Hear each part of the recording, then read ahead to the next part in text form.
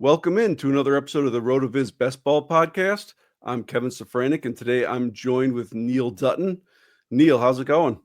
Very, very well, sir. Thank you for having me. Yeah, absolutely.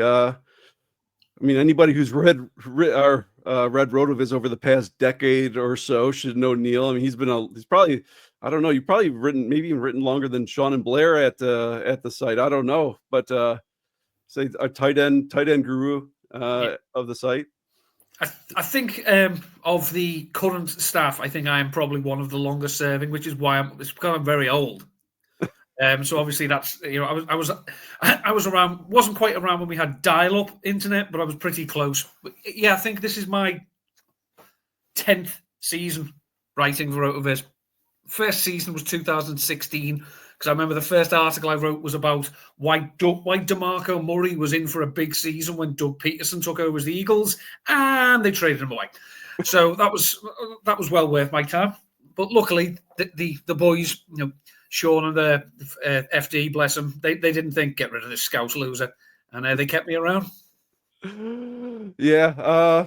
So I'm really excited to draft with Neil today because we are going to be doing a $35 never too early Superflex best ball tourney draft, and Neil being our resident tight end guru and FFPC being a tight end premium format, of like there who better to draft with.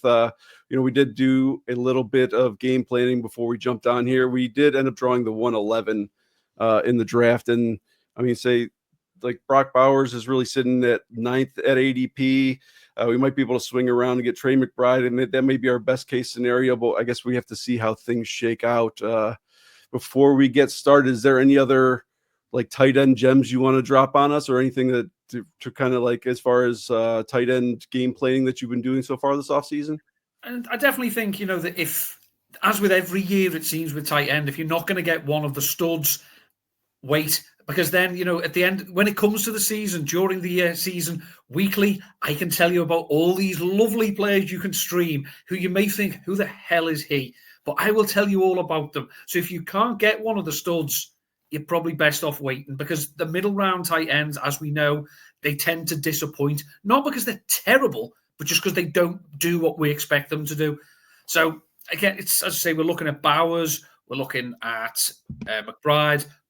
Laporta, probably I quite like for a bit of a bounce back, but obviously it's a new offense. We don't know. Generally, then the rest, I'd probably be happy waiting for to see if someone fell rather than trying to force anything, even in this blessed format of the FFPC that literally is here to cater to me and only me.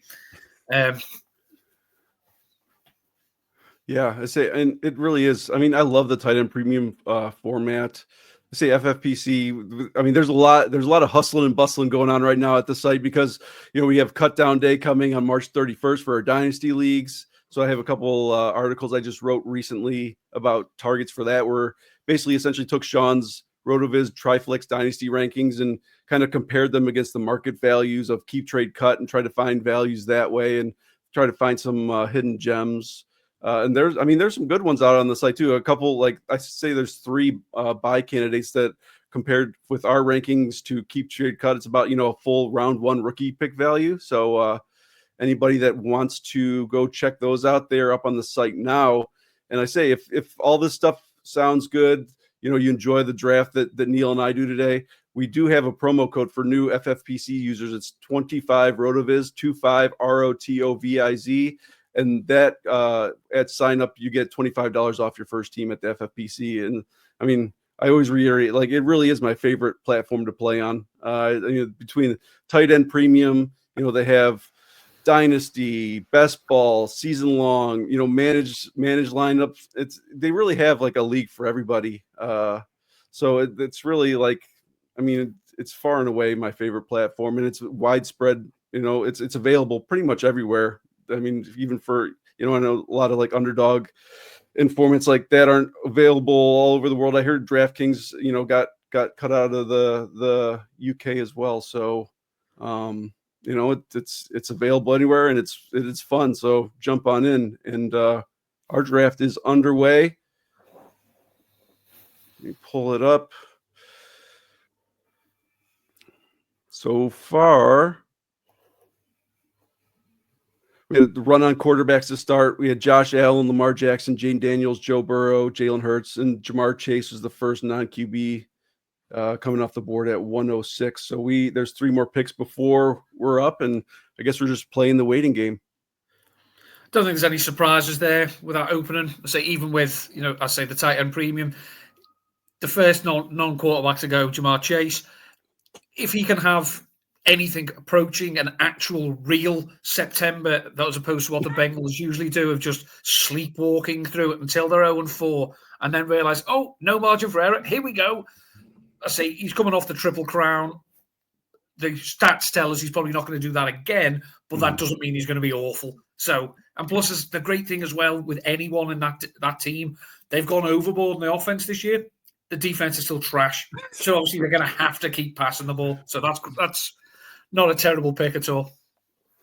No, and the one thing as far as Joe Burrow goes, he's like really the one quarterback out of that grouping that I don't feel great about. I mean, obviously we want the rushing quarterbacks, but like, and I love Joe Burrow. He's one of my favorite players to watch. I love watching Cincinnati. They're just a fun team to watch in general, but he's just one of those guys that I think that's a bit overdrafting. I always said that he seems like one of the quarterbacks that has like a 5,050 season in him. And I mean, maybe last year might have been as close as we're going to get to that. I don't really know, but yeah, he's out of those 5. He's the one that I'm kind of like iffy about. I feel like he'd be maybe a better value at like at our spot or somewhere towards the end of the first round as opposed to in that first cluster. Because you've also got the chance he could do 5,050, or he could miss half the season on IR. Which I'm not about injury prone. I know it's, for want of a better word, bollocks. I know that these people, they put their bodies on the line, and their injuries are generally quite unfortunate. But it's unfortunate that it keeps happening to you, Joe. And it doesn't happen to Josh Allen or Lamar or Jalen. They don't tend to miss the amount of time that you do. So if you can stay healthy, then he's the best non-rushing quarterback. Yeah, and we are now on the clock to say Bowers did just go right before our picks. So I mean, if you want to go with McBride here, we can, or I mean, we have all these other, the premier, we have Justin Jefferson still, Jahmyr Gibbs. I'm not sure if you want to try, if you want to push it, or if you just want to go with our guy and call it. I think we take him. I wouldn't like the chance of him being there even in 5 picks. So I'd rather we just take him and have done with it. Okay. So you have, first pick is McBride, and before we jumped on, I was telling Neil I'm starting to put together a new article series looking at the Advanced Stats Explorer on RotoViz, compiling all the data from the 6 years of stats we have in that. And something I did not know is between from all the way from 2019 through 2024, last season Bowers and McBride were both in the top 4 for the past 6 years in targets earned at the tight end position, which I thought was wild. I knew they both had good seasons, but not that good. And we are back on the clock. I was thinking, I'm looking at the available players. We have Amon-Ra, Malik Neighbors, Brian Thomas. Those would be my top 3. I'd like to go wide receiver. There's Genties there as well. Do you have any preferences other than those guys, Neil? No, I'm happy with that. I'd rather go. It's for me. It's Amon-Ra or Brian Thomas. Okay. And I would lean towards Amon-Ra. Just as much as I love Thomas, I just think we've got more of a track record with Amon-Ra. Yeah, I'm okay with going with Amon-Ra as well. I have quite a bit of exposure to Brian Thomas and Neighbors so far. So just trying to even out those exposures for those guys at the top, because I say it is such a crapshoot. And I mean, I love Amon-Ra, and I'm very interested. Do you have any takes on what that Detroit offense is going to look like? Because I mean, you did say, we could see a Laporta bounce back, and I'm kind of in the same boat. I really hope that they can carry over, what Ben Johnson did, but also, the passing game coordinator also left. So, it's not just Ben Johnson's gone, they're losing pieces and parts here and there, and that you're going to have that anytime a team's successful. So do you have any?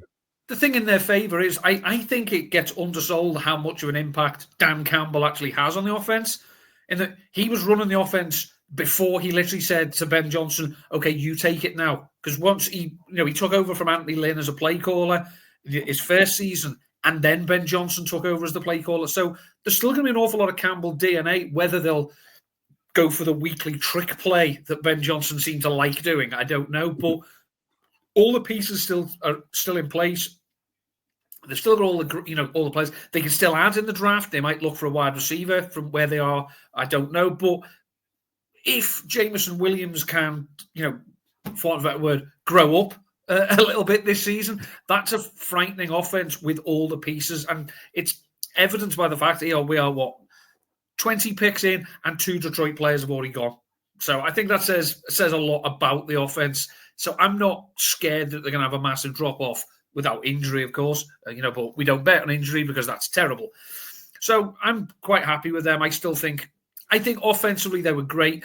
I imagine in the draft they're probably going to say, look, we're going to win on scheme and offense. We're just going to have to load up on dudes on defense and then just try that way. Because by the end of the season, they were literally... I got a call to play safety for the Lions, and I had to say no. I'm really more of a special teamer at this stage of the game, and they weren't interested in that. I say the salary was just a little too low for you. So I say I wasn't taking the pay cut. Yeah, I say just on name value alone. I mean, you're not signing for a veteran minimum. So I'm still in on Detroit, and like I say, and it's not like Ben Johnson invented the hook and ladder. It's been around for a lot longer than before he started using it. So exactly. I'm sure, yeah. I'm still excited for sure about that. Or how about so do you think, just kind of jumping over to the other team in the NFC North, how do you feel like Chicago is going to bounce back? I mean, I'm really excited after they boosted the interior of their line. I'm excited for what Ben Johnson's going to hopefully just kind of maximize Caleb Williams' skill set, make it a little easier for him than it was last year. And then even Cole Kmet, I'm excited about Cole Kmet, The problem is some teams have earned an element of the doubt, benefit of the doubt over the years. Chicago Bears have not.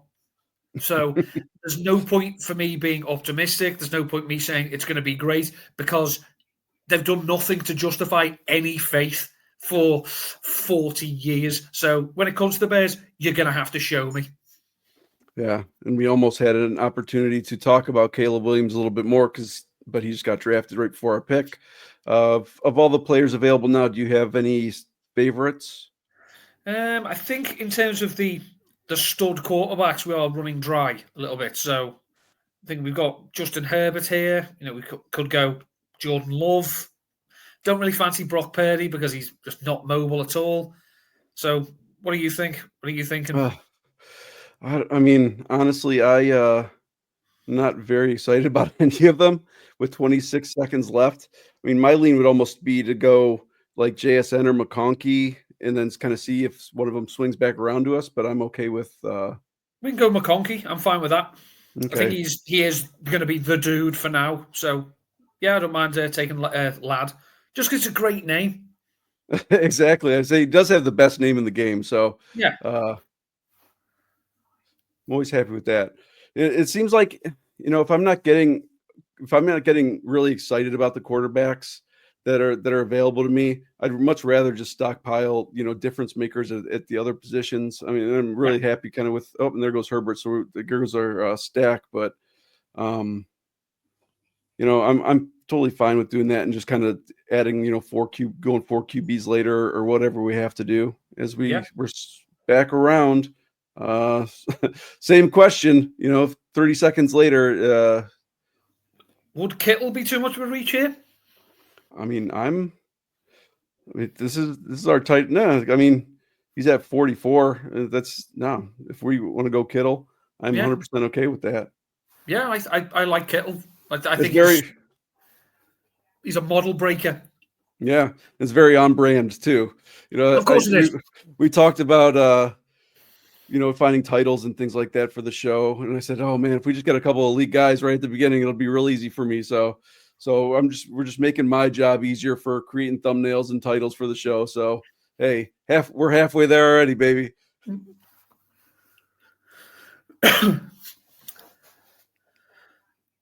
Yeah, so currently through 4 rounds, we have 2 tight ends, 2 wide receivers, and I'm totally okay with that. In the Superflex format, there's so much emphasis on the quarterback that sometimes it almost be too much. Obviously, like we don't want to be left out in the cold, but you know, there's enough guys to dig in or dive into deep or later. If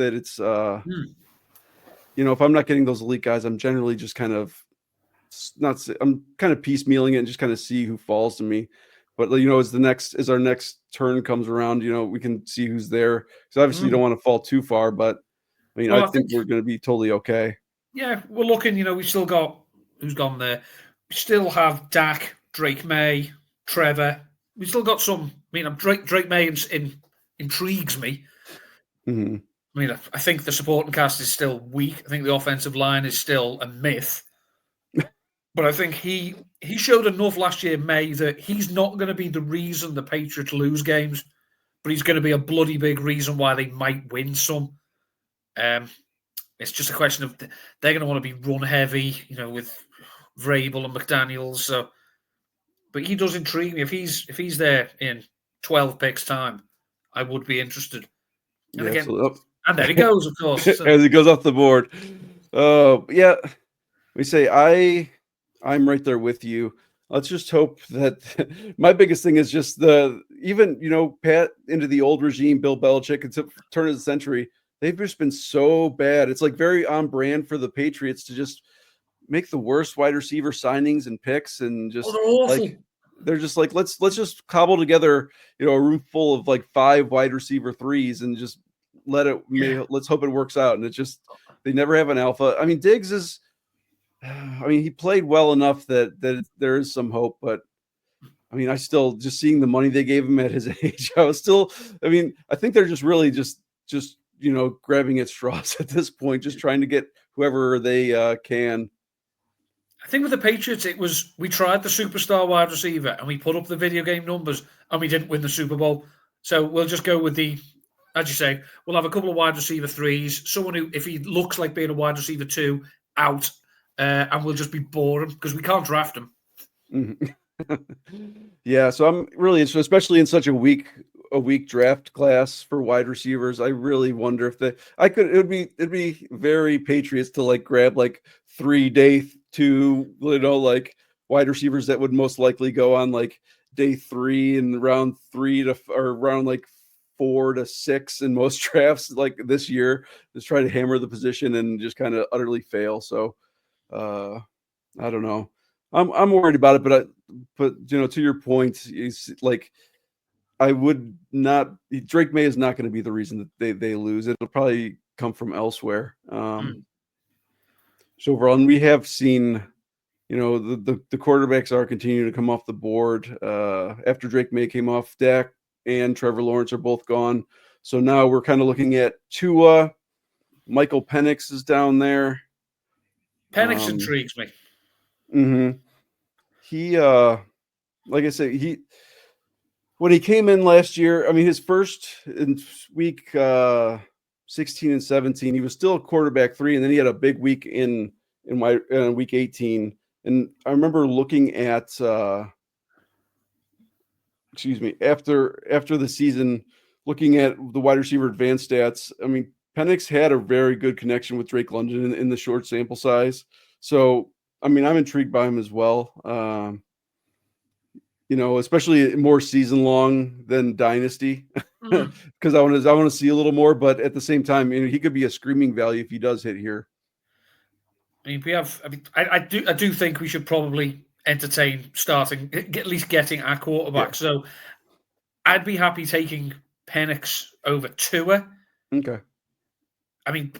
Think where we were 12 months ago as well. Anthony Richardson still hasn't been taken. So he's a tantalizing project, but he's not been very good. let's not mince the words. I can be a lot more offensive, but I'm I was an Anthony Richardson apologist. We are on the clock now. Do you just want to grab Penix and I'll take Penix, yeah. Yeah, keep rolling along. But I was an Anthony Richardson apologist A lot of the things that were reported on him were, he wants to be great. He's work ethic, da da da da da. And now I'm kind of hearing the opposite, like, oh, we don't know if he has what it takes to be an NFL starting quarterback. So I don't know if I'm like overcorrecting my stance on him, because I said like, oh yeah, let's get back in on Anthony Richardson and rushing upside, and he can't be he's not as bad as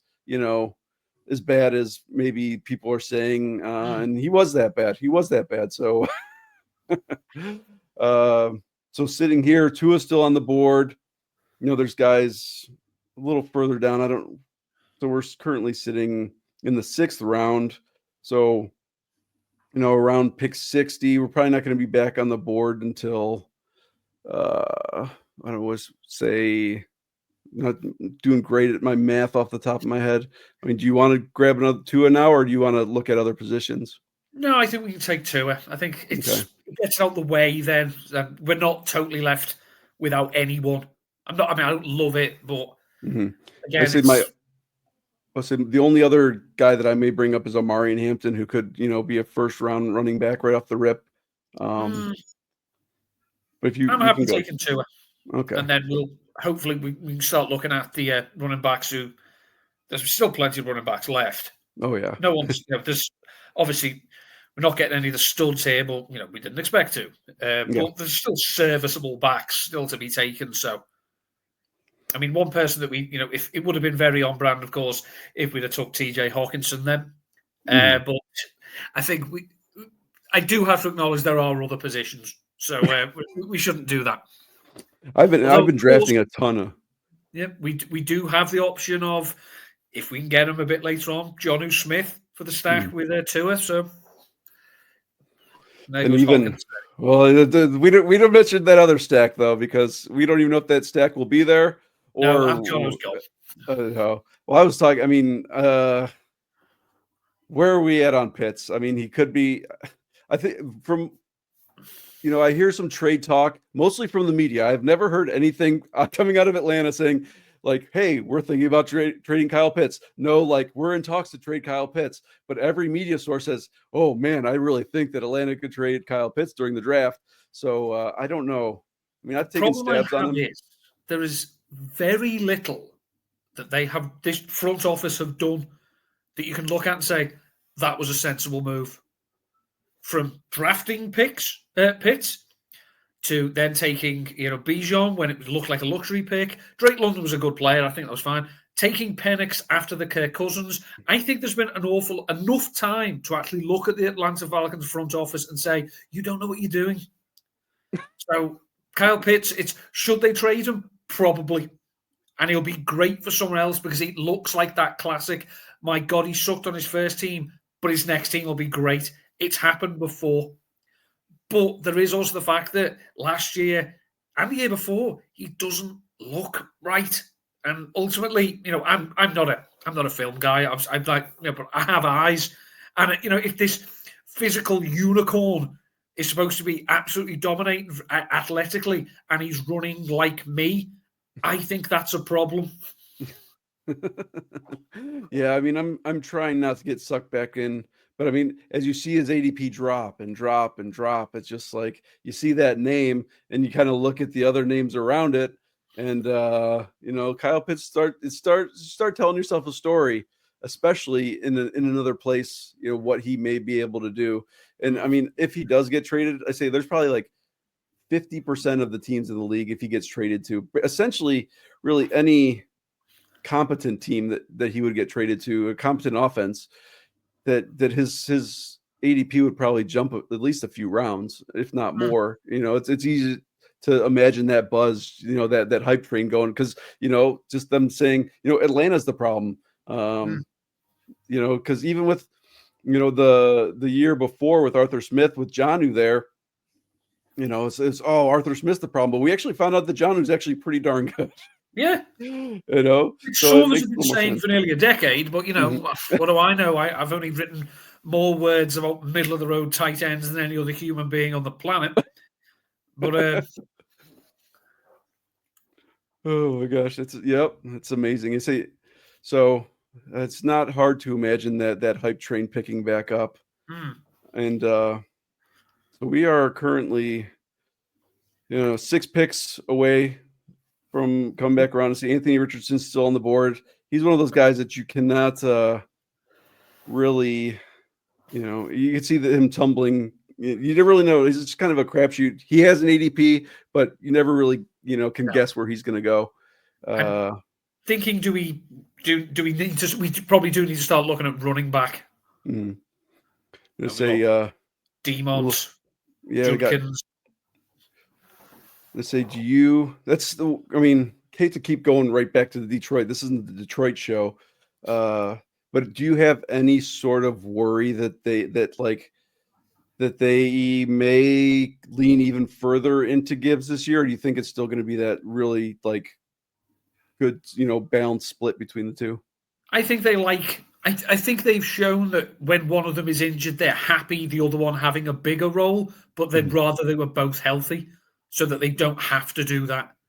I think it's similar to what the Bengals do. They don't want Chase Brown on the field for 97% of the snaps, but they had to do it. So I think if we took Demont now, I don't think it'd be a terrible pick.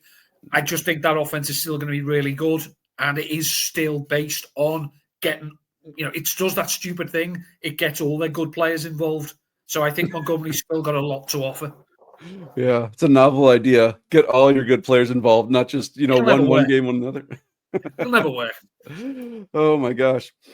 Yeah, so through 7 rounds, we have two quarterbacks in Penix and Tua, 2 wide receivers in Amon-Ra and Ladd, and then 2 tight ends in Kittle and McBride. So at this point, I'm pretty happy with where we're headed. Very balanced roster.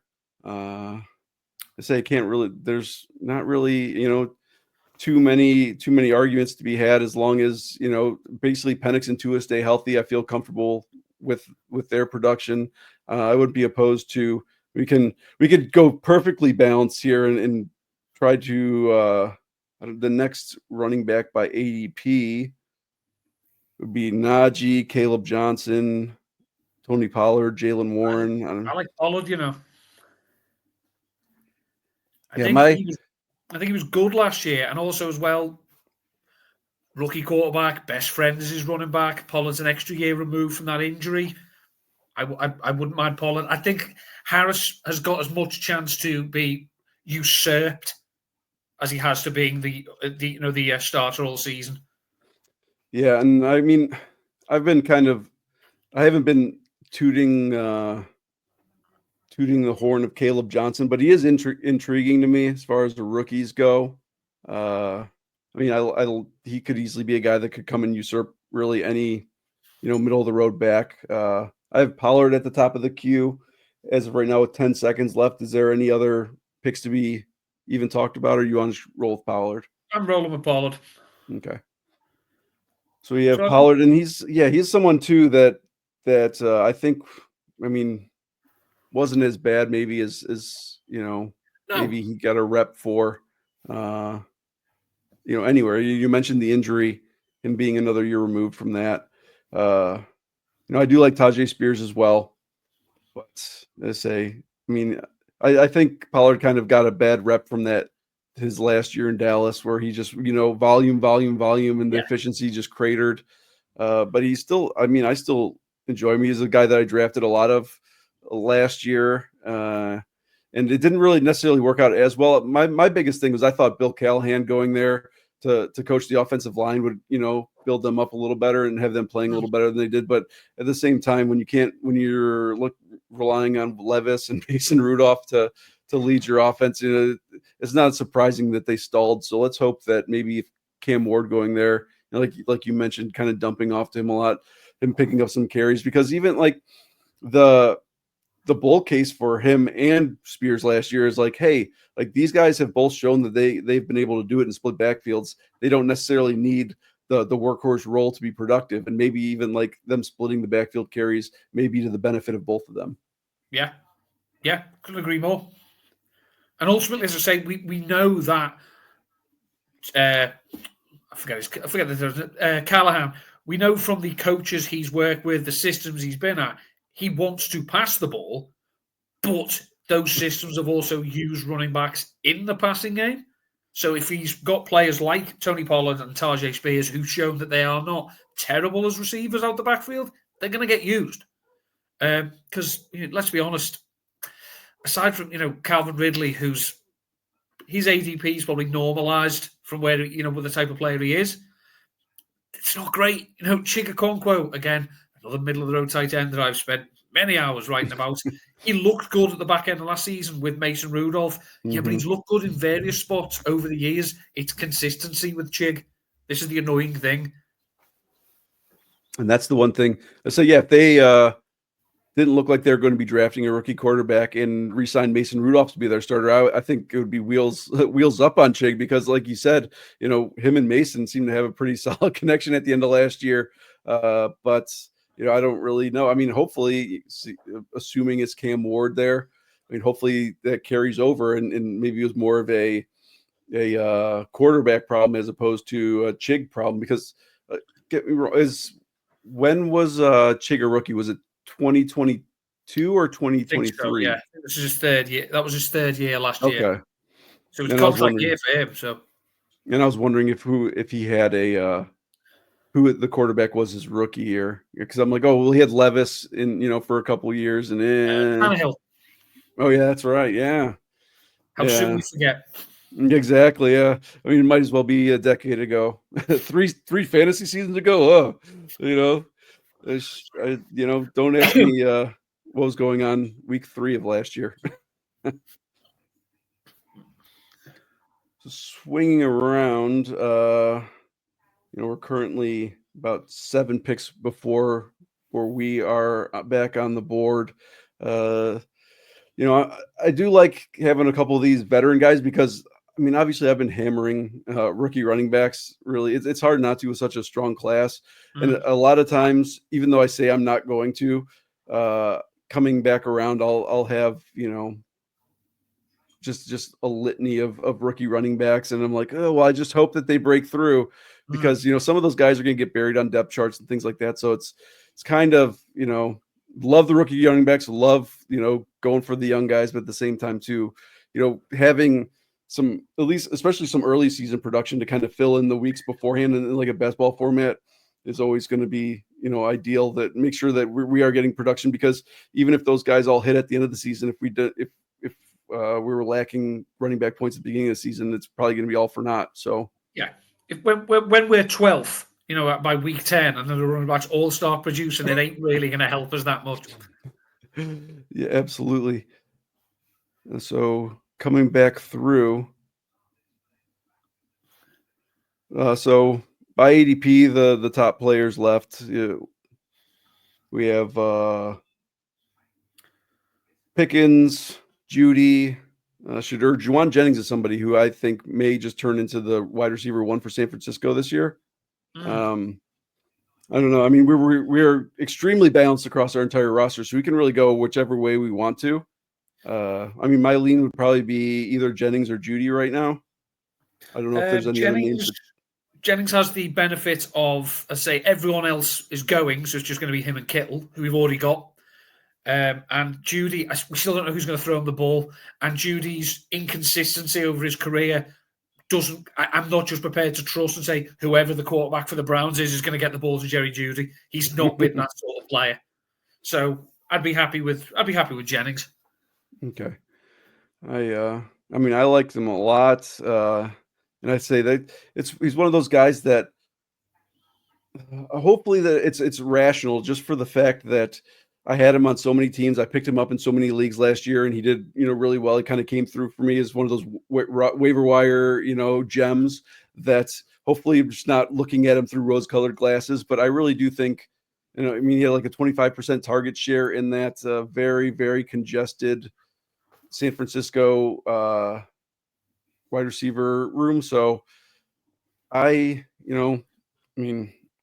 totally fine getting him, and I think that he's going to kind of step into that, especially with, we don't even know if Ayuk's going to be healthy. So, I'm still going to think that Kittle is going to be the number 1. But I'm not sold on Pearsall, and really it's, Jennings and if McCaffrey can stay healthy, like I think it's really going to be like a 3-headed monster, especially to start. We are back on the clock. Do you have any preferences of the players that we have currently available to us? Just a couple of Washington prospects. Obviously, Debo's not the player he once was. He's not going to expect to be the guy for Washington. Brian Robinson is fine, but he's not. He doesn't wow me. Calvin Ridley, as I say, I like Ridley. I like Pollard. I don't really want to be overloaded with Titans players if we can avoid it. Mm-hmm. Stevenson again. I kind of like Samuel because I think the way that they've gone out to get him, that they're probably going to get him the ball a decent amount. Mm-hmm. So, yeah, say between go with Debo. I'd say with me, Charbonnet's been somebody that I've been targeting considerably because I'm not even 100% sure that Kenneth Walker is going to be the running back one for them this year. Charbonnet last year seemed to have the bigger games when he was given the chance. Kenny Walker got more games, but when he wasn't there, Charbonnet seemed to have bigger games.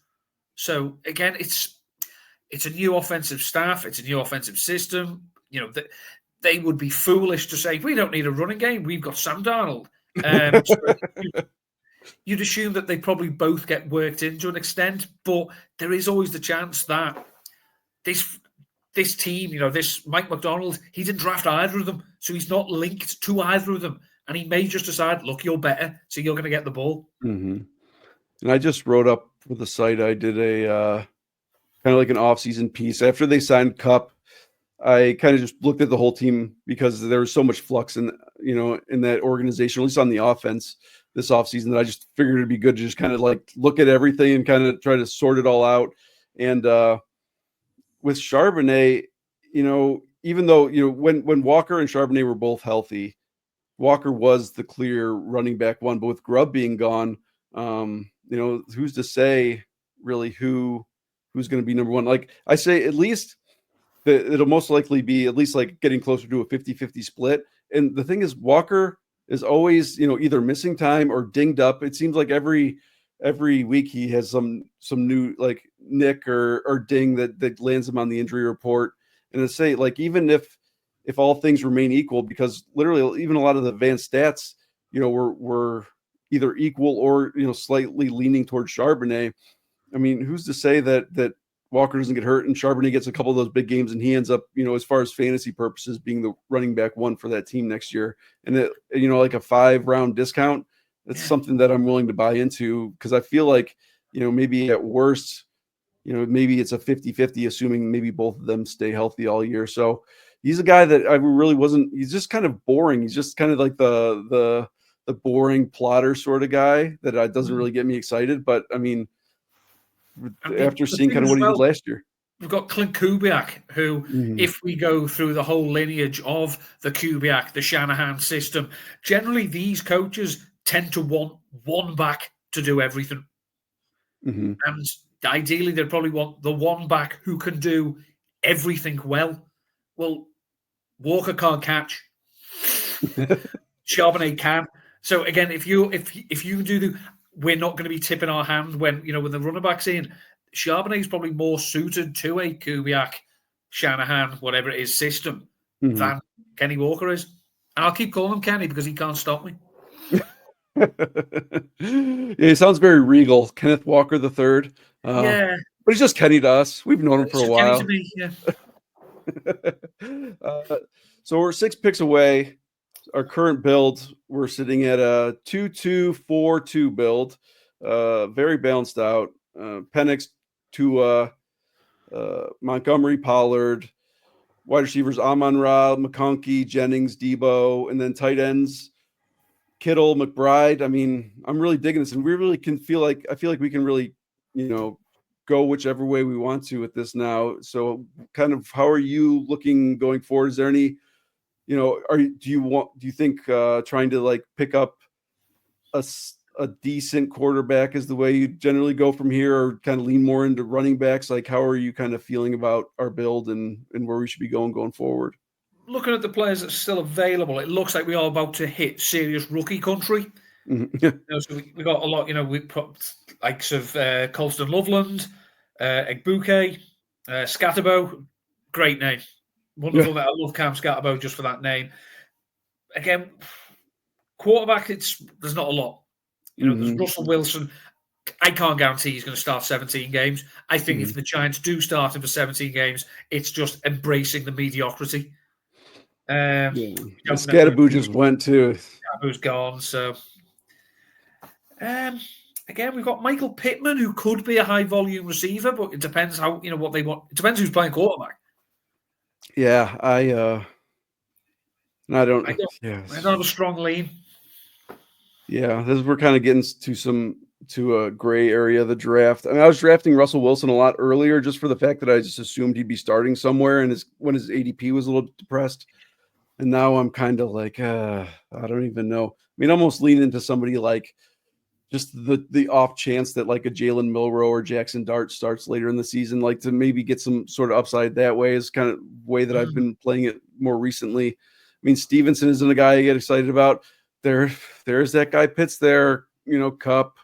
Like, I mean, it's really just not a very it's not very pretty right here. I wouldn't hate Stevenson because I think if they're going to run the ball, and Stevenson's shown he's got some chops as a pass catcher as well in the past. I think at this stage in the draft, he's the only running back we're going to get who, as we tell the story now, is the starter. Yeah. I'm not even so sure that the fumbling and he's a guy that I've stayed away from. So he's at the top of the queue now. I'm just kind of doom scrolling. I mean, how are you feeling? Geez. Travis Hunter's a guy that has gotten me excited. I mean, we're about to time out. So Stevenson's the pick now. It's just not a name that I generally feel great about. No. It's a digestive biscuit. It is food, but it's not going to excite me. I'm not going to say, Taylor, that was a wonderful biscuit. Thanks for that. It's going to be I ate it. And so when we swing back through here in a couple more picks, I mean, do you want to just stick with where we're at with Kittle and McBride, or do you think there's any sort of benefit to adding a third tight end to this build? Because I mean, say right now with Pitts, it's like huge upside swing. I think we're still going to be able to get someone later on, looking at the tight ends who are left. So I don't think we need to go another tight end now, because I just don't trust Pitts. So that's okay. Yeah, I see. Do you have a thought or steer of when you think Travis Hunt is going to play? Is he going to be a wide receiver, or? I mean, that's what everybody wants to say. That's what everybody wants to say right now, and I think with the upside that we or the kind of the solid wide receiver room that we currently have. Yeah. Like taking an upside swing like Hunter could, blow the doors off. Yeah. Especially kind of in comparison to really kind of the kind of blah other options that we have. I mean, I think taking that huge upswing now would be fun, and then we can just continue to slam, wide receivers. You can start slamming, not wide receivers, running backs. Running backs, yeah. For the rest of the draft. Interesting backs. As I say, we're now deep into rookie country. And I say with the veteran, I feel a little, I don't know, less anxious about just slamming rookie running backs at the end of the draft with some solid veterans on the roster. Because usually it's like, oh, I got this, I've got maybe like an Aaron Jones or somebody as my veteran running back, and it's just all my other running back picks have like just a silhouette because they're all rookies. There's no actual like faces there. It's all just kind of question marks more or less. I mean, we've got the plethora of Cowboys running backs approaching, so. Yeah, do you have it? I mean, Jerry Jones is just really a crapshoot because it's after last year, everybody says, they're going to draft a running back. They're going to draft a running back. They're going to add to that running back room. And it just ended up being Zeke and Dowdle. I mean, are we 100% sure it's not just going to be Javonte and Miles Sanders next year? I don't think we can write it off. I really don't think we can, because I genuinely think as well the Cowboys front office are all on vacation and they don't come back to like 3 days before the draft. And it's like draft day. It's like, okay, what picks did we get? There's no prep. It's just like, these are the players on our roster. Cool. Let's roll with them. I think, you know what? I think that they may be in the building, but I just think they're really, really drunk. They're just really just sauced up the whole time. They mildly sober up enough because when they realize the draft's coming, and then it's just back to business. So yeah. I wanted to see. So we're currently at the end of this 12th round, and as far as QBs that are left, if we're going to be looking into that, it's not looking too pretty. We still have Jackson Dart, Kirk Cousins, Daniel Jones, Jameis, Jalen Milroe. I'm not even going to, I mean, anybody who believes that Kenny Pickett's going to be the opening day starter for the Browns, barring some sort of injury to some other player they're going to add, is just, it's just maybe on the sauce as well. Yeah. I mean, as far as the guys that are left, do any of these like quarterbacks excite you whatsoever? I mean, like the two rookies are the guys that I look to as like, hey, Milroe, if he gets a few starts at the end of the year, he could, like a very like Lamar Jackson rookie season sort of thing where they're not going to like let him just chuck the ball over the field, but he could still put up QB1 numbers just as like, he ran a 4.37, I want to say, at his pro day. I mean, he could be, if he was a running back, I think he would almost be like in line to be in the first round with Genty and like Hampton. Like he's like, I don't know. I mean, he's big and he's fast, and that can work for fantasy. I don't know about NFL reality, but it can work for fantasy. I think it was Matt Harmon was talking on the Yahoo pod recently. He was saying that there's the potential for Milroe that, if he doesn't work as a quarterback, maybe he does become, maybe he just does running back, in later years. I don't know what happened, but it's whenever, generally if Harmon has thoughts, I like to listen to them and then steal them as if they're on my own. Just borrowed. Yes. Yep. Yeah, borrowed. And you cited your sources, so we're 100% okay. It's all about citing the sources. If it doesn't work, it's Richard Nixon used to say, if it works, I'll give you the credit. If it loses, I take the blame anyway. So, amen. And especially like if Milroe gets drafted somewhere like to the Jets where he's backing up Fields. I mean, he's just essentially like a Fields light, and especially with all the running that Fields could potentially do. I mean, when he was with Chicago starting every year, he got hurt once or twice a year. Missed a few games like clockwork every year. So who's to say that he wouldn't just get thrown in there as well? So I'm not advocating for taking him just yet, but just trying to, keep our options open as we're one pick away. I'm kind of looking at, Dart's the pick by ADP. We have Trey Benson, Jalen Wright. I say it's some more kind of blah. I guess my pitch would be for Dylan Sampson. I think that's, everybody's hyping up Bashal Tutin for what he ran at the combine and how explosive he was. But with Sampson, I believe having a hamstring, he didn't run the 40, but I think he would have been right up there with Tutin as far as his speed. So that's my pitch. I don't know if there's anybody else that really interests you at this point. No, not really. I'd be happy taking Sampson. As I said, my own limited research at this time. I don't think it's a terrible pick. I say running back at the moment, we are running back. I don't think it's going to be we're not going to be wowing too many people with our running back room, but not my problem. They're not tight ends, therefore, it's, what do I care? I say this, and it is a RotoViz draft, so So, what do you kind of expect? They may not wow you now, but hopefully they'll be wowing you at the end of the year when we are advancing into the next round of the tournament. So. And then swinging back around, we're looking at people like the names I mentioned before: Benson, Wright, Devin Neal, Jerome Ford. I mean, Keenan Allen. Do you have any hope for Keenan Allen being good if he does land? Isaac Guerendo's another guy that's, the upside I think for Guerendo is huge if McCaffrey gets hurt, or he could be his complete zero. We do you have have to say that as well. the Chiefs going out of their way to say they prioritize getting Hollywood Brown back.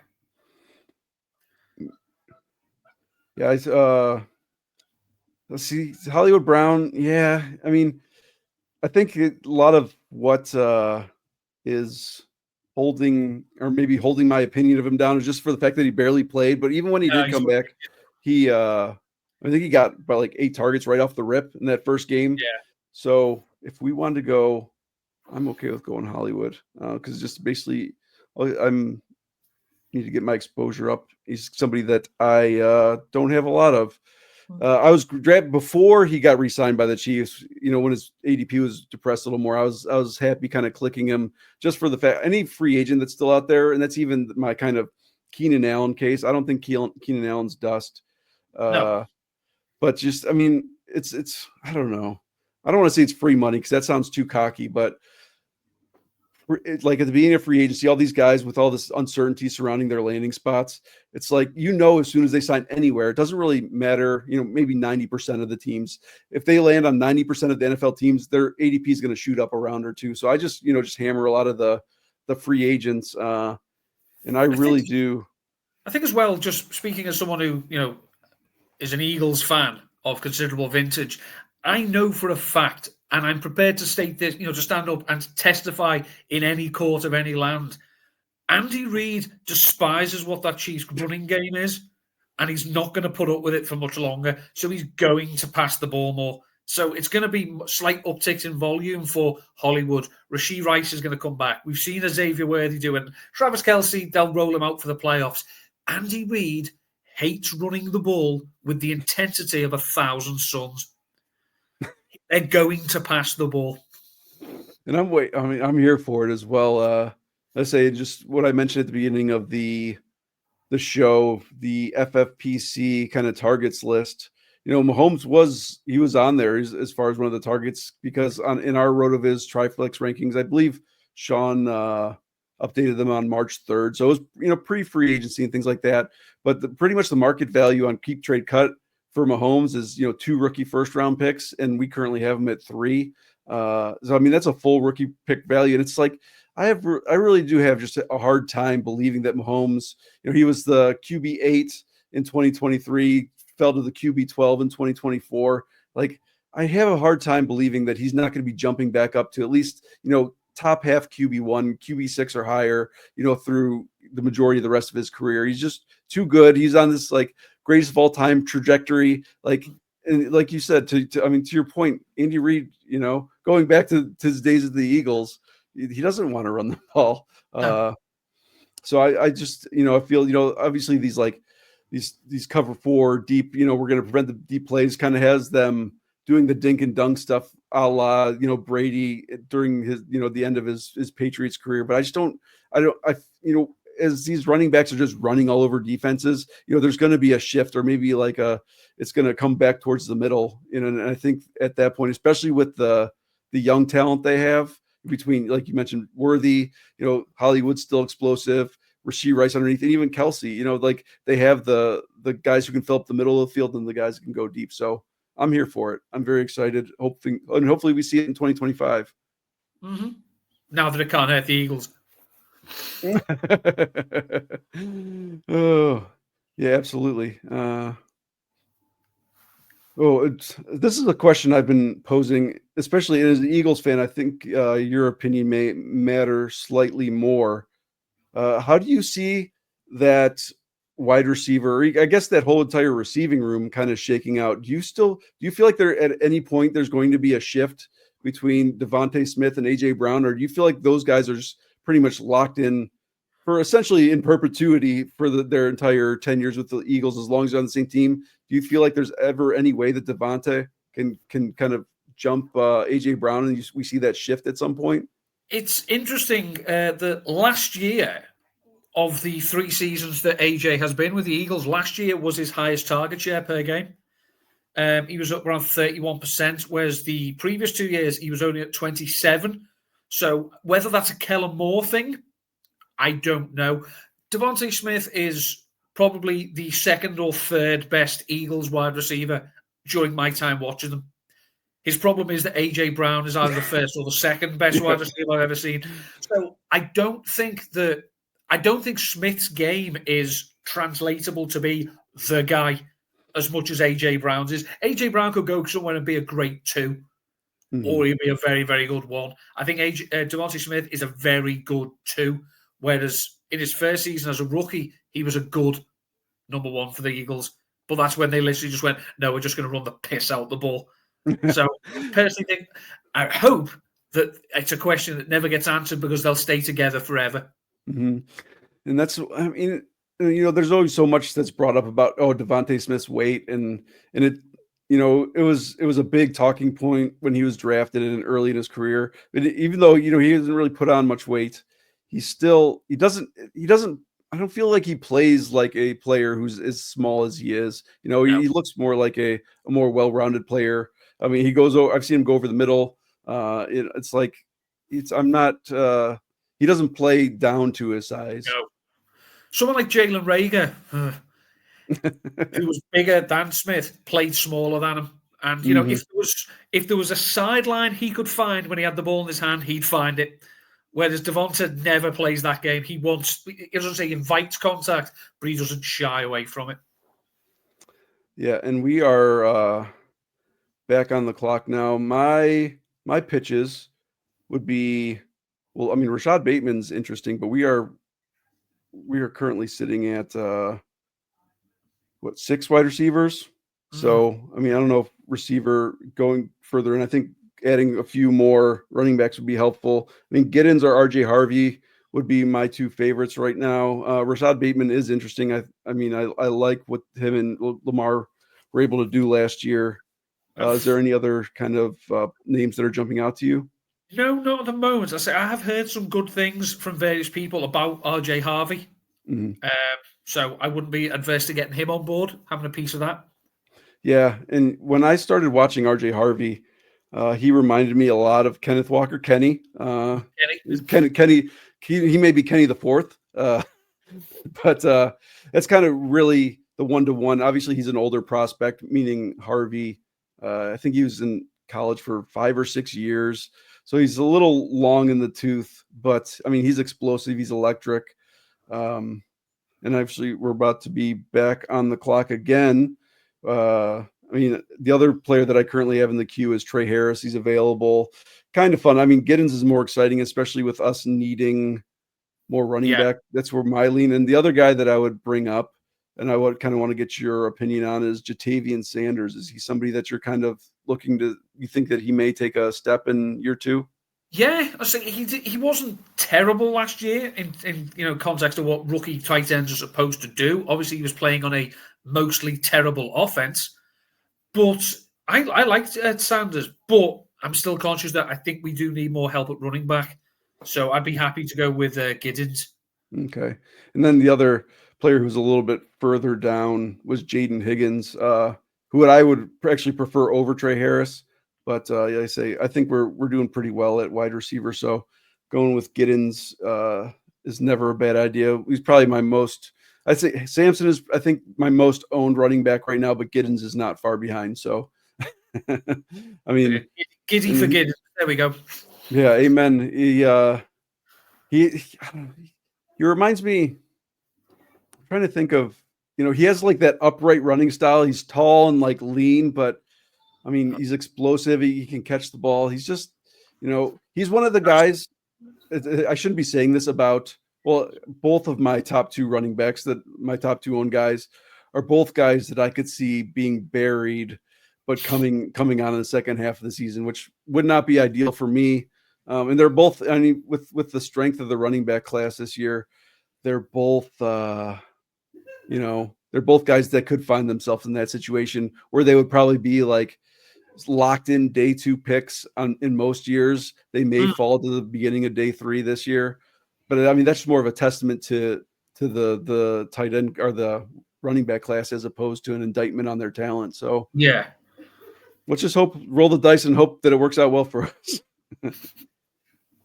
But I mean, right now, looking at the tight ends still available, and it's, I think back to all the hours I have wasted on some of these people. There's Chig, there's Noah Fant, who just keeps hurting me, and I just keep going back. Taysom Hill, the Conk Daddy, Will Disley. It is just a Dutton. You've written about all these. Here they all are. Yeah. So I know. Well, how are you feeling about Theo after his first year? Obviously, didn't. I mean, that New York Giants, it was just a dumpster fire. Let's just call it what it was. Dumpster fire. He didn't really have a chance to show out. I mean, his athleticism was through the roof. Seeing such a big man, watching his highlights in college, seeing such a big man run so fast was just kind of blew my mind. He jumped off the screen. And I know he was somebody, especially kind of leading up the draft, somebody that you had it kind of, he was a guy that you really, really liked his potential. But like I said, we couldn't see anything from him last year because he really just wasn't put in a position to succeed. So are you kind of going back to the well? No, and there's one main reason. That's because he operates in the middle of the field, in the short to intermediate areas, and Russell Wilson ignores those areas like I ignore a salad bar. So, if as long as you live there, you're never going to see a pass. So, and then anything downfield is probably just going to go to Neighbours or Darius Slayton. So, I'd be more encouraged if Russell Wilson was not the start and it was just Jameis. Then it's I want them all. Get any of these no-mark giant pass catches in because Jameis will just pepper every one of them. But Wilson will just ignore them. So, I think 2026, I will check back in with Theo, though I dare say I will write about him at various points this year, out of sheer loyalty, if nothing else. Yeah, I say it's always fun writing about potential. It's just unrealized potential, Another guy too, Conklin. Got spilled a lot of ink on Conklin, especially this year. How are you feeling about his landing spot with the Chargers? Because that interested me because he really is one of those under the radar tight ends that, I don't think people understand really how consistent, how consistently he's produced over the last few years. Yeah, I think he's the poster boy for why we shouldn't really care about tight ends outside the top 5. Because it's he's tight end 9, no one cares. Tight end 9, yeah, but he was 5 points per game behind the top 5.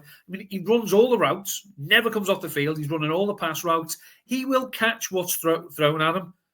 Doesn't have massive touchdown games, but he's a good, solid tight end. They needed it. I think their offense last year, you saw it against the Texans when it all fell to pieces. It was no, there's a shortage of playmakers. I'm not saying the Conk Daddy is the second coming of Jimmy Graham, Gronk, Tony Gonzalez, but he will give Justin Herbert a reliable target. And again, it's pencil him in for 460, 460, 535 and 1. It's not terrible. It's not going to, it's not going to wow anyone, but it's going to be better than, Kyle Pitts. And then kind of just looking at our roster construction, Conklin would be a fun guy, obviously, as he goes off the board. If we didn't get those top guys, but I just can't ever see him breaking our roster with the guys we currently have. Even though Kittle, McBride is very consistent, Kittle is just little more boom bust, but still, I think he was more inconsistent earlier in his career. I think over the last couple of years, that in my brain, that's probably lingered a little too long. That he's maybe not as consistent as he currently is. But I just could never see somebody like that. Anybody in this kind of range, I can't really see them breaking our starting lineup at this point. Yep. And then so we are one pick away. My thoughts. If Milroe really is, Jameis went. Milroe's really the last quarterback that I would have any sort of hope that could do anything for us. At this point, is he somebody that you would be interested in picking, or you want to push it? I think as you say, we're looking at, but basically Milroe is that type of prospect Jalen Hurts was as a rookie, in that he might get the dreaded package of plays, which means he'll be on the field for 3 plays a game and never throw the ball, but he might get a chance to run the ball. And then maybe towards the back end of the season, wherever he lands, maybe he gets the starting job. So again, I don't hate it. I think it's, in terms of given weeks, he could have overall QB1 upside in that week if he does get a start and the situation suits. So I'd say if we were looking at another quarterback after him, there are none. We are, I do not want Kenny Pickett on any of my fantasy teams ever. Yeah, absolutely. That's just, I don't know, admitting defeat or admitting something. And I don't know what exactly that thing is, but it's not a positive. No. It's all negative across the board. The next few picks. So where do you feel, where would you like to go? Either are you kind of leaning best player available at this point of drafts with, we're in the 18th round, so we only have 3 picks left. I like A.O. Maynor as far as a rookie wide receiver, could be very explosive. Diami Brown's a guy that I like a lot. As maybe a 5th-year breakout. We've got 45 seconds on the clock. A lot of these, and it's either that or, to me, it's a bunch of other rookie running backs. There is, the lead wide receiver on that powerhouse Patriots passing game, Pop Douglas. I'm not wedded to that. As my grown Pop Douglas. He's one of those guys that, like, even like an incoming rookie with Diggs maybe working out of the slot. Yeah. I am an all. And even I added my guy who I seem to kind of pump up every single show. Jalen Royals is, I feel like I'm probably going to end up drafting him, in the early 3rd round of every single rookie draft that I have this year. He's, small town or small college guy. I just love his first step. I love that he's physical. I think he's just a really well-rounded wide receiver, but he's either one of those guys that's either going to be, a strong, I feel like he's going to either be a 0 or a 1. He's not going to be a 0.5. No. So he's a guy that I'm really excited about, and just really like popped off the screen when I watched him. But then again, when you're watching Utah State highlights, generally the level of competition isn't great, but he did still have good games against like the best teams that he played in USC and Boise State. So he's just a guy that I just can't quit him. And if he hits, he's going to hit big, and at least for me, because my exposure is so high to him. So that's my 2 cents, but I know he's a very kind of polarizing prospect. I've heard a lot of people say, I just don't see it. So, a lot of people, I respect their opinions. So, I definitely, with, being draft, the humility-based drafting that we talk about, things like that, he's definitely one of those guys that I am definitely heeding what other people are saying, but at the same time, you got to go with your guys. Just thinking, just looking at, say the players still available, still going up. What are your thoughts on Kendre Miller, given the age of Alvin Kamara and the workload from last year? He's just hurt me so bad the last year. He just hurts me. When I hear that name, it just cuts right into my heart. So, I've talked about this on other shows as well. It's just like, I don't know, just like a jaded lover. I don't know. That's kind of where I'm at with Kendre Miller, but it's like his upside case is still the same as it was the last 2 years. So it's really like, who else do they have? And obviously, I don't know the number of picks the Saints have in the draft this year, but that's another probably 3. Yeah, who knows? But obviously, he's not somebody that I would be opposed to drafting. I think it's more of just, it's more emotional than intellectual. My reasons for not drafting him. Because obviously we've got Kellen Moore there now. Moore has now come from a system where they just basically went, the offensive line will be the dominant force of this team, and we'll run behind them. So whether he thinks Alvin Kamara can do a very, very, very low-calorie version of Saquon, or whether he thinks, no, Kendre Miller can work into this, or they might just annoy everyone and take Genti at 9. Yeah, and that would be, I don't know, I feel like that would be like the worst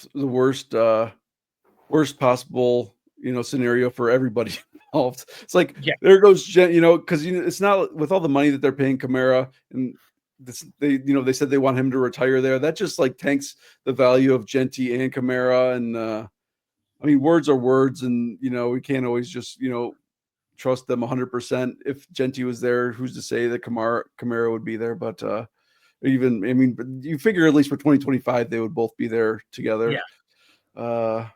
So yeah, I mean, let's say, looking at it generally here, I'm just generally hammering a lot of rookies. Another guy that I am not so sure, isn't going to have a role this year, Sean Tucker, and I'm not so sure that he's not the running back two for a rational coach in Tampa Bay. Rashad White, he's just I have a problem with guys that aren't exciting to. He's good in pass protection. He's a good versatile all around guy. But with Liam Cohen going away, maybe they'll say, "Ooh, like Bucky's more explosive or more electric." I can't really say explosive, but he's definitely more electric than Rashad White. He's going to be our versatile, dynamic back. And Sean Tucker, looks like he's shot out of a cannon when he gets the ball and he's in the open field. So those are going to be our two guys. That's what I tell myself at the end of drafts when I'm contemplating drafting Tucker. But I don't know exactly how rational that is. Assuming rationality is always the biggest downside of any draft, because the fantasy focused mind is no, I want the players who can score me points, whereas the coach's mind is no, I want the players who'll stop my quarterback from getting killed. And so yes, I know he's fast. Yes, I know, but also he can't pass block. So if he can't do that, and the guy behind him, Baker, who don't get me wrong, Baker Mayfield thinks he's a lot more athletic than he is. He has that, I think Baker thinks he's Lamar Jackson when he's running the ball. He's not, but it was like Ryan Fitzpatrick always had that unhinged high opinion of his own athleticism, and it's like, Ryan, you're gonna get killed. But you're going back in. Okay, that's what Baker Mayfield's like. So having running backs just like, I'll protect him while he does the crazy stuff back there, which, bless him, I don't think Sean Tucker can do. I'm going to say Baker Mayfield's got that dog in him. It might be an old three-legged dog, but it's still a dog. It's dog. So we are back on the clock. Miller did go, so I don't know. A sigh of relief. I like it sometimes when my decisions are made for me. So right in the queue now, I have Trevor Etienne and Jalen Royals still sitting there. Are there other names that you would feel more inclined to take? Not at this stage, because I think we could probably wait until probably the last pick to get Terrence Ferguson at tight end, who is he was one of the big winners of the combine. So we can wait for him. And Trevor Etienne, okay, Travis wasn't the best one, but I always think, you're a running back, you're coming in and you're wearing one straight away. Nah, you've got to earn that. I think that's where it fell down for Travis Etienne. So I don't mind going Trevor, seeing if he's a little bit more humble in his number selection when he gets to the pros. Well, we just timed out. I was kind of shuffling around trying to read the tea leaves. So we did get Royals, and that wasn't like I don't want to say Freudian slip, but I was kind of shuffling them around as we went through. So we did get Royals, and now we're left with Ferguson or Etienne in round 20. And since I flubbed the last pick, as long as they're both okay. I say even I really liked Ferguson as well. Even before he tested, because a lot of the narrative around Ferguson was that I heard before he went to the combine was, I don't know, how athletic he is. There was a lot of question marks kind of downplaying his athleticism, but when I watched him play, I mean, I saw like fluidity. I saw, him, adjusting his body to make catches. And I'm like, this guy looks like he's considerably more athletic than most people think. And, sometimes that can be a bit misleading when you're watching college tape because, they're playing maybe against inferior competition and things like that. But I just didn't understand, the things that people that are informed were saying were not matching up with me. So of course, me just being a guy that is, a fantasy guy and, I'm watching highlights. I'm not watching tape. And so I'm like, maybe they know something, maybe they're seeing something that I'm not. But then I was kind of like, felt like I was somewhat validated when he tested pretty well at the combine. So he's somebody that, I'm going to be happy picking in rookie drafts. And he's kind of is that sleeper guy that I think he could, jump, if one of those top three guys in the tight end class falls out, I think it would be probably he'd be my pick to like jump up into the top 3 tight ends, not as far as draft capital, but as far as like production, career wise, when we look back, 5 years from now. Because obviously we got of the rookie class, we have Colston Loveland, who's my favorite player, whose name sounds like an adult theme park. Tyler Warren, who, by all accounts is, him, is an absolute freak. He can pass, he can catch, he can pass, he can run, he can do everything. He's an athletic freak. Of course he is. He's from Penn State. That's all they produce. And then there's the other ones that say there's like Mason Taylor, there's Terence Ferguson, and there's Harold Fannin, who, by all accounts, wasn't as athletic as people hoped, judging by his testing, but in terms of his actual skills as a receiver, seems to be a much more intriguing prospect. And also what I think there as well with Fannin is his head coach last year is now the quarterback's coach, or he's now a quarterback's coach for the Eagles. And the Eagles are at that stage where they've done Dallas Goedert. I think they're ready to move on. Maybe Fannin comes in if they keep Goedert for this year and then bring Fannin along, because they've got no other tight ends, and they historically have always tried to blood the next tight end while they still have the last one. They did it with L.J. Smith, Brent Selleck, Zach Ertz, and with Goddard as well. So Fannin's a name that I'm intrigued by, but it's definitely landing spot dependent, as I worry that he might end up on a team who try and make him into something he's not.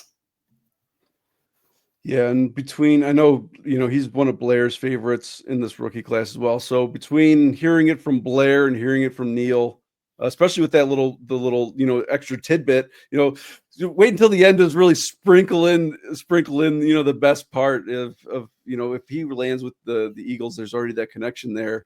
So yeah, Goddard, it does seem like his time is just about up over there.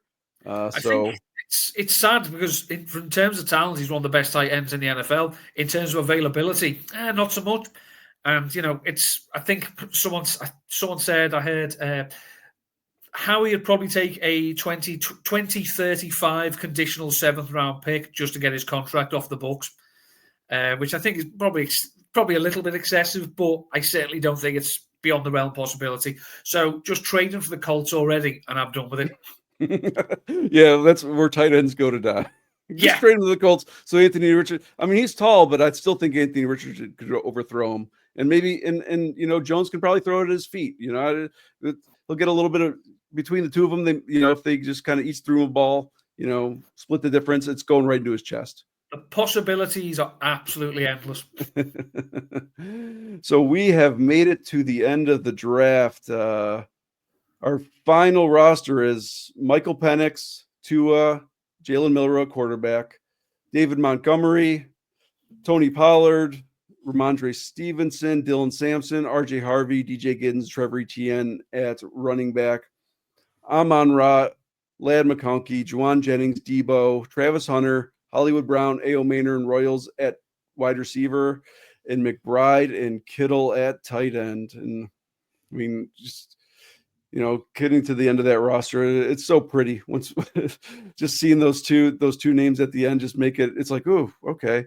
And then you get to the end, like I'm liking this, and then it really gave us a lot of flexibility as far as getting those two guys early, and we're just kind of staying there and just really having the options to really just fill out the rest of our roster however we want to. So how are you feeling? Is there any sort of thing you would have done differently? Any sort of concerns, questions, comments? No, I think from the draft spot, there was always going to be the potential that we could double tap, and maybe if the stars fell in line, that we could have got a McBride and a Bowers.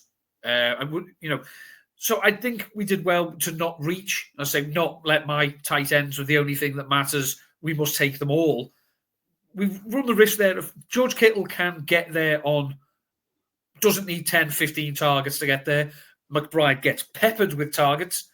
He's the only tight end in Kyler Murray's entire tenure that he's shown any degree of chemistry with, or he's ever looked like wanting to pass the ball to. So getting those two in place, as you say, has allowed us to really tap into the rookie running backs. And we've got, I think, a good solid floor in terms of the wide receivers as well. So, and plus, I say we could have the second coming of Jalen Hurts and Jalen Milroe if he lands in the right situation with the right starter who'll get injured or dropped at the right time. So, I personally think that was an evening's well spent. Yeah, absolutely. And I say our there, we do have some quarterback questions, but with the way that I think we filled out the rest of the roster, really it's Penix just needs to continue to develop. Tua needs to stay on the field. They just need to keep him healthy. Hopefully they bolster that offensive line in the draft, and it helps out. Hopefully Tua and one of my favorites, Achan.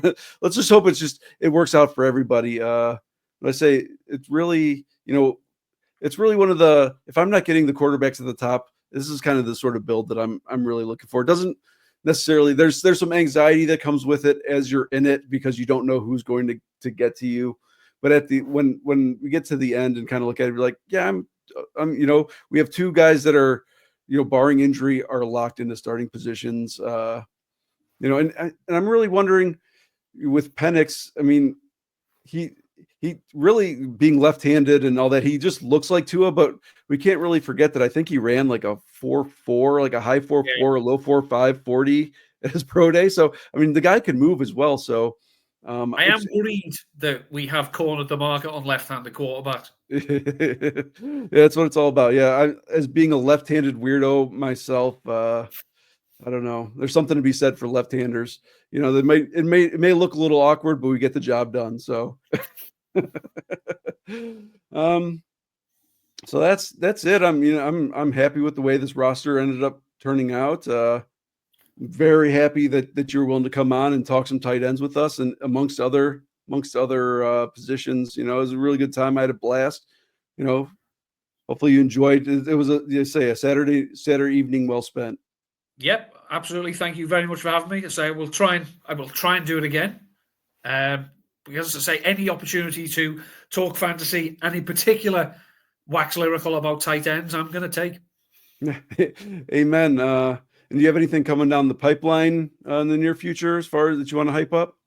No, as I say, I will stay my keyboard until the draft, and then I will try and write something about the rookie tight ends, where they land. So hopefully I will get to write about Harold Fannin as an Eagle, and those types of players. But no, looking forward to the draft. Looking forward to seeing this batch of tight ends to come in to give me a list of rookies that I'll write about in expectation and never see come to fruition. But that's my cross. That's my stigma to bear. Yeah. Say that's definitely your cross to bear with tight ends. Being so hit or miss or thin. I mean, they say a lot of words be spilt for naught, but at the same time, we appreciate everything that you do for us, so we can all feast. I walk so you can all run. Amen. I was looking for the right phrase, and you just wrapped it up, tied a bow on it, and there we go. So I mean, I can't really say anything better than that. So if you enjoyed this draft, head over to the FFPC. Say they have drafts set up all the time, whether it be slow drafts, fast drafts, whatever you want. They have something for you over there. And if you are not currently playing at the FFPC, you can use coupon code 25 RotoViz, 25 RotoViz, and get $25 off your first team, whether it be best ball, dynasty, whatever your fancy is.